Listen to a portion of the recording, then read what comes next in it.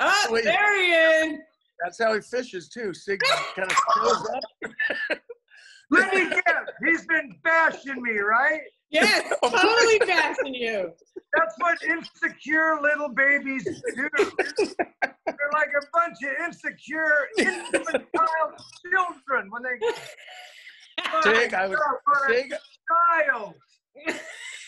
Sig, I was just being honest. I was good to see you again. I was just being honest. I just told Michelle that your ability on Zoom is similar to your fishing ability. You're always late to the party. You know who you remind me of? You know, remember Schultz on Hogan's Heroes? I did nothing. I know nothing. Don't play with me. It's good to see you, buddy. How you feeling? You know what? I would be willing to bet if you got a monocle and dyed your hair, you would look just like Colonel Clint. Oh, yes. So I got the crew of Hogan's Heroes here, which is great. Fantastic.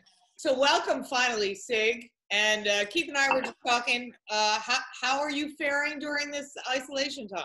Honestly, I'm okay. I mean, I don't know if Keith mentioned it or not, but I think as fishermen, we're used to being secluded. We're used to kind of being responsible for the lives of others, plus our own. I think with no communications, we're kind of used to that. Right. But I don't get to see my grandkids. We just had our granddaughter born here 3 weeks ago, and we haven't seen her yet either. Only once, but we're just going to distance until we know we're out of the woods. I talked to Mike Rowe about this, and you guys had mentioned it, both of you. This is what you guys do. You guys are isolated in the Bering Sea, alone with a crew, and like this rogue wave hits you, and you're just battling it. And it's kind of like what we're doing now, going through what we're going through. Like all of a sudden, the world has been hit with this rogue wave, and we have to battle it out in isolation, all alone, in many ways. Does this feel similar to you guys? What I would say is yes and no. I mean, I'm not getting 30, 40-foot waves here in Idaho. The weather's been beautiful. Right.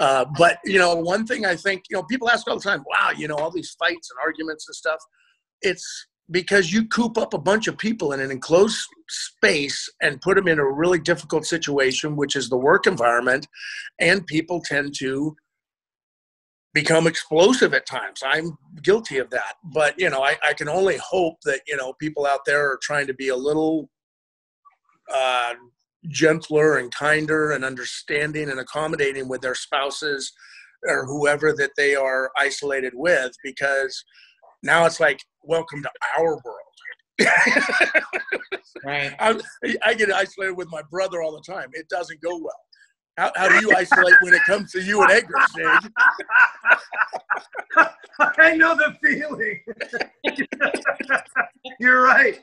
I just hope people don't go crazy, like you said, Keith, because, domestic violence has gone up. These are realities, things like that. And I think, people just aren't used to it. We're used to being cooped up like a couple of pigeons in a bird cage, but we are, So this is, honestly, it's nothing new to us comparatively.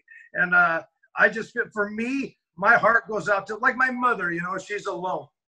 And, we try to get her food every day, if she wants dinner, whatever. It's just a hop in the car 2 minutes, but I don't go in. I leave it on the doorstep and I'm gone. That's kind of what we've been doing. But I feel so sorry for anyone that is alone right now. I have my wife, or if someone has a significant other, you should be happy about that, So my heart goes out to the people that are cooped up in an apartment alone. That's where I really, I've shed tears over it, honestly. It just just hurts. I have to think about it.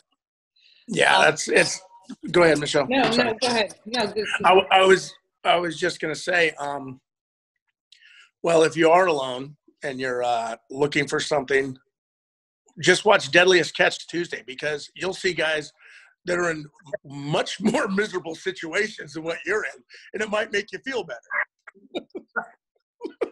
Well, they might even make you feel smarter. That's for sure.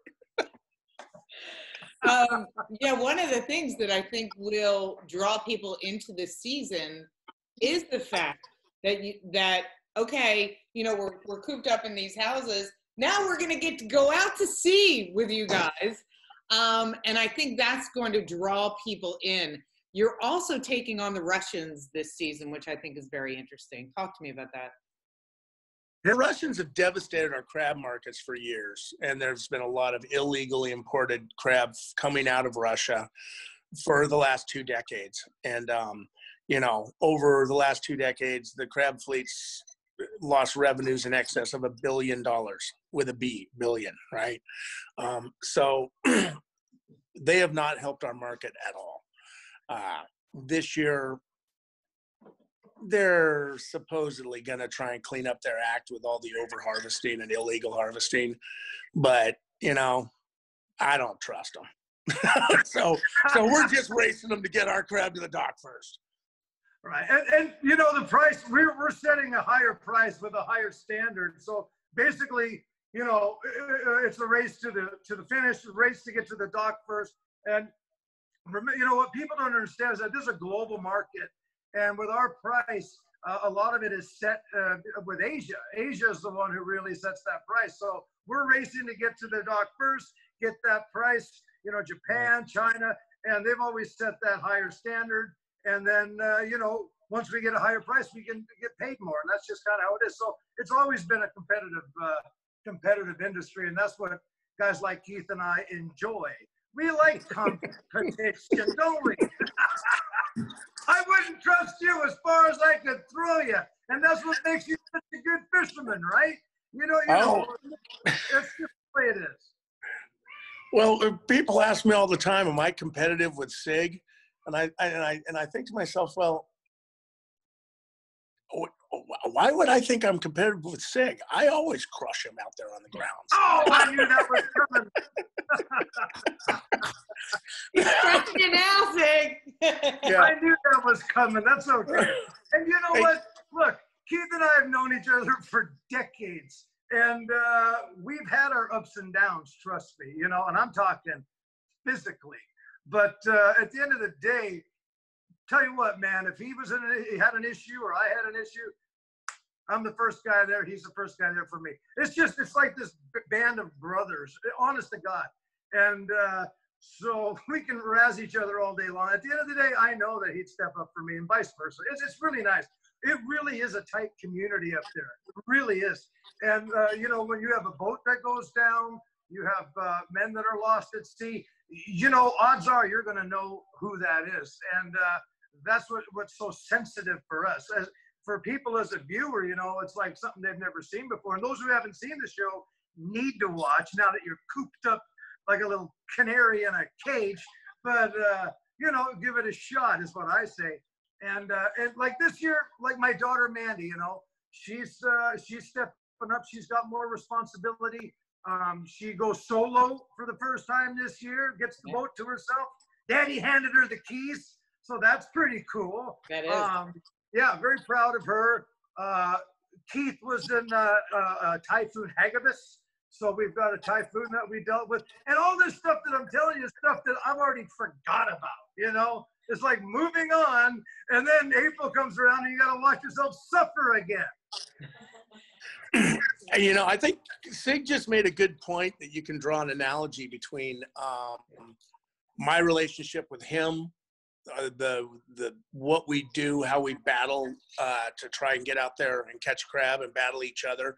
And yeah, Sig and I have had issues over the years. I mean, we've had some great times, we've had some bad times, and you know, but at the end of the day, you know, our relationship as friends today is better than it's ever been because we've worked our way through these issues and worked our way through these battles.